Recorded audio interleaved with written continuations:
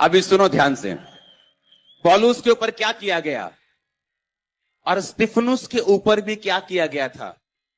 और स्तिफनुस ने कहा था, हे परमेश्वर मेरी आत्मा को ग्रहण कर, और मर गया था। और पौलुस ने अपना मुंह बंद रखा, क्योंकि वो जानता था कि मुंह में जिंदगी और मुंह में, अगर मैं मौत का अंगीकार नहीं करूंगा तो ये मुझे टच नहीं कर सकती। और इसलिए वो चुप रहा जब पत्थरवा किया गया। और पत्थरवा इतने ग्रेट लेवल का किया गया कि उन्हें लगा कि ये मर चुका है। उसका सिर फट गया होगा, उसका पेट फट गया, सिर फट गया, सब कुछ। लोगों को लगा कि ये हिला के देखा होगा, मर गया, डेड हो गया, उसको छोड़ के चले गए। चलो भाई मर गया, चलो अगला टारगेट ढूंढते हैं। और बाइबल कहती जैसे ही चेले उसके आसपास खड़े हुए, पौलुस खड़ा हो गया। इसलिए कहा जाता है संगति में फायर है, संगति में ताकत है। पौलुस अकेला जितना मर्जी सामर्थी था, पर संगति में जब वो खड़ा, संगति के अधीन आया, परमेश्वर ने उसके जीवन में काम किया। इसलिए इंपॉर्टेंट है संडे चर्च आना, थर्सडे चर्च आना और संगति का हिस्सा बनना। ऑनलाइन उन लोगों के लिए है जो आ नहीं सकते, जिनको मजबूरी है, अलास्का में बैठे हैं, साइबेरिया में बैठे हैं, चर्च ही नहीं आसपास 500 किलोमीटर, ये उन लोगों के लिए ऑनलाइन है। ये कुर्ला किंगरा में बैठे लोगों के लिए नहीं है। ये इधर नकोदर में बैठे लोगों के लिए नहीं है कि घर आलस की तरह बैठे हैं। और फिर हम ये सोचते हैं कि मुझे वही रिजल्ट चाहिए जो चेलों की लाइफ में था।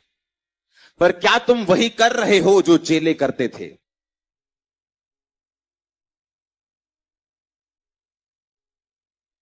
रिजल्ट तो तुम्हें अंबानी वाला चाहिए पैसों में, पर काम तुम्हारा एक छोटे आदमी की तरह भी नहीं है। चाहिए तुम्हें तुम्हारा परिवार जी उठे, तुम चाहते हो तुम्हारा भाई मसीह में आ जाए, तुम ये चाहते हो कि तुम्हारी बहन मसीह में आ जाए, तुम ये चाहते हो कि लंगड़े तुम्हारी मिनिस्ट्री से भी चलें, तुम ये चाहते हो कि मेरे पास भी लाखों लोग हों, परंतु तुम वो नहीं करना चाहते जो चेलों ने किया था।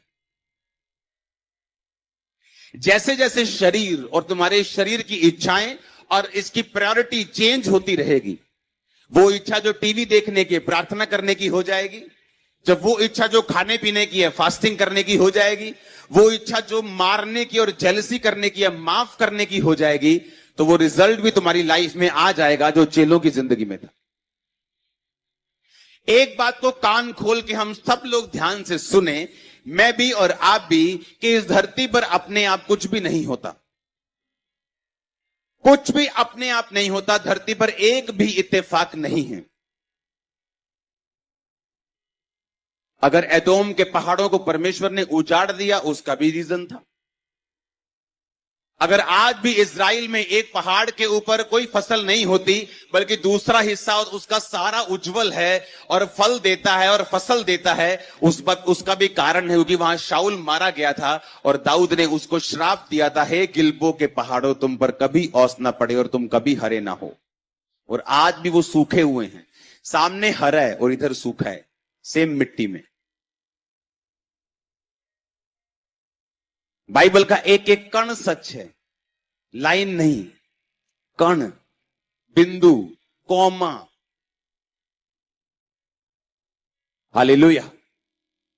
अगर आप पौलुस की बाइबल को पढ़ेंगे, पौलुस के वचनों को पढ़ेंगे, तो जहां उसने कोमा लगाया, जहां उसने सेमी कोमा लगाया, उसका मतलब है, एक कोमे का मतलब है कि अभी मेरा वचन खत्म नहीं हुआ, कि दाखरस के मतवाले मत बनो, पवित्र आत्मा से परिपूर्ण होते जाओ, अपने आप से बात करके। उसका मतलब है कोमा का भी।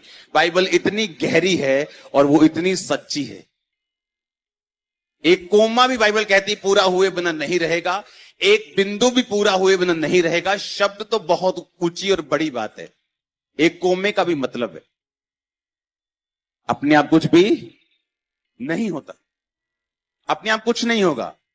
आपका आपका आपका जीवन अपने आप नहीं सुधरेगा, आपकी लाइफ आगे नहीं बढ़ेगी, जो आप चाहते हो वो नहीं होगा जब तक आप उसके लिए काम नहीं करेंगे, और जब तक आप उसको बदलाने के लिए खुद एफर्ट नहीं करेंगे, जब तक आप खुद प्रेयर में नहीं जाएंगे, जब तक खुद मन नहीं बना लेंगे कि मुझे अब ये नहीं चाहिए, मुझे ये बदलना है, मुझे ये चेंज करना है, इसके लिए मुझे प्रार्थना करनी पड़े, मुझे फास्टिंग में बढ़ना पड़े, मुझे कुछ भी करना पड़े, लेकिन मैं अब इसमें रहने के लिए तैयार नहीं हूं, ये आपको करना पड़ेगा।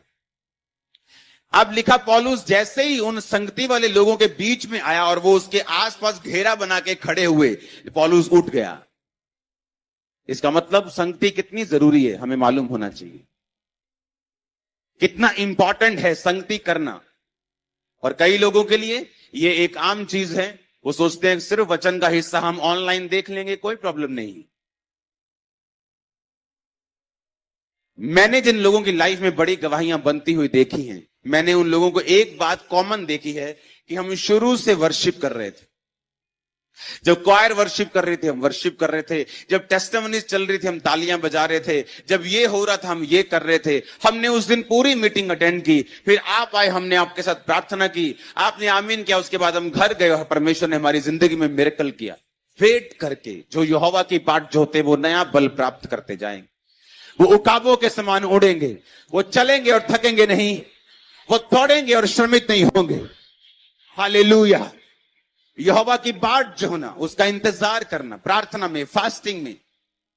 आज लोगों को वर्शिप का महत्व नहीं पता, लेट आते हैं चर्च में, वर्शिप का टाइम है, कोई बात नहीं, वर्शिप निकल जाए। बाहर खड़े रहते बाथरूम करने के लिए दो घंटे, बाथरूम को 5 मिनट में हो जाता है, बस इधर उधर नाला बांध, इधर चल उधर चल, दो उधर, भैन जी तू ही कित्थों आए, तू ही किद्दां। तो ये डॉक्यूमेंट्री थोड़ी लिखनी है उन्होंने, जो काम करने आए वो करो। तो तुम घर से निकले भी हो, किराया भी उतना ही लगा है तुम्हारा, सूट भी उतना ही टाइम लगा पाने वास्ते, मेकअप नु भी उतना ही टाइम लगा, आधा घंटा पहला निकल जाओ। मैं सही कह रहा हूं कि नहीं? अगर सब कुछ कर ही दिया, अगर पैसा भी खर्चा आने का, टाइम भी निकाला है, सारा दिन दूसरे काम छोड़े भी हैं, तो क्यों नहीं मैं टाइम पर आके पूरी मीटिंग, पूरा मसा लेके जाऊं? क्यों ना ऐसा करूं मैं?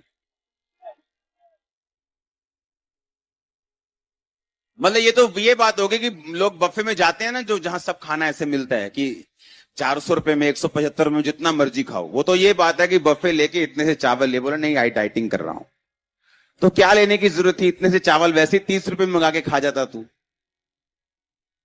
फिर इतना 400 रुपए खर्चा करने की क्या जरूरत है? अगर थोड़ा ही खाना था तो फिर क्या जरूरत? वही जिनको मतलब मालूम है, जिनको पता है कि मुझे वर्शिप अटेंड करनी, मुझे टेस्टिमनीज ध्यान से सुननी। हर टेस्टिमनी आपके लिए नहीं होती, मुझे मालूम है, पर हर टेस्टिमनी आपके लिए होती है, मुझे यह भी मालूम है। आपको लगता है कि ये टेस्टिमनी नहीं, मुझे हीलिंग नहीं चाहिए, ये टेस्टिमनी मेरे लिए नहीं, मुझे फाइनेंस की टेस्टिमनी, जो फाइनेंस का टेस्टिमनी लेके बैठा उसे पता है, मुझे फाइनेंस वाली, मेरे पास बहुत पैसा है, मुझे हीलिंग वाली सुनाओ ताकि मेरा फेथ बढ़े, मुझे हीलिंग चाहिए। पर आपको ये नहीं मालूम कल क्या होगा, आपको ये नहीं मालूम जो टेस्टिमनी आपने आज सुनी है वो कहां आपके काम आएगी, या आपके किसी दोस्त के काम आने वाली है, या कौन सी टेस्टिमनी। याद करो, पवित्र आत्मा आपको वही चीजें याद करवाता है जो आपने ध्यान से सुनी या पढ़ी है। अगर आपने ध्यान से कुछ नहीं सुना या नहीं पढ़ा, पवित्र आत्मा आपको रिमाइंड नहीं करवाता, क्योंकि जब आप पूरा ध्यान देते हैं, जब मुझे पता है कि मैं क्या पढ़ के आया हूं, मुझे क्या देना है, जब मुझे मालूम है, पवित्र आत्मा मुझे रिमाइंड, मैंने कान में कोई स्पीकर नहीं लगाया हुआ या मैं पढ़ता नहीं हूं, पवित्र आत्मा मुझे बताता है अपनी ओर से भी, और जो मैं तैयार करके आया हूं वो भी। अपनी ओर से हम 25% करते हैं, बाकी 75% पवित्र आत्मा करते हैं। हम ना तो पूरा पवित्र आत्मा में छोड़ते कि तू ही बताएगा, वो भी फेल है, ना तो हम पूरी तैयारी करके आते कि वो भी फेल है। आपको बैलेंस बनाना पड़ता है लाइफ में। आप मेरी बात समझ रहे कि नहीं? अब आपको ये बात समझनी है कि अगर वर्शिप हो रही है तो उसका एक महत्व है आपकी लाइफ में, उसे अटेंड करो, वर्शिप को खाओ, उसको अंदर पचाओ, उसको करो वर्शिप को, क्योंकि वो आपको तैयार करेगी एंड में। जब टेस्टिमनीज आप सुनते रहेंगे, आपके मन में पैठ बन जाएगी, आपका विश्वास सातवें आसमान पे होगा। आप जब काम करना चाहेंगे, आप जो स्पिरिचुअली कुछ करना चाहेंगे, अपनी लाइफ के ट्रबल से बाहर आना चाहेंगे, तो वही टेस्टिमनीज, वही वर्शिप, वही वचन आपकी हेल्प करेगा। आज आप निकल के जाने वाले हो, बाहर आके न जाने वाले हो। आमीन। ऊंचाई आशीष आपकी चर्च। 2 चीजें अगर आपकी लाइफ में हो, पहली गवाही देना, दूसरा मन्नत मांगना, तुम कभी पीछे नहीं रहोगे। आज लोगों को मालूम नहीं मन्नत मांगने की कितनी पावर है बाइबल में। एक वाव यानी VOW, एक मन्नत कितनी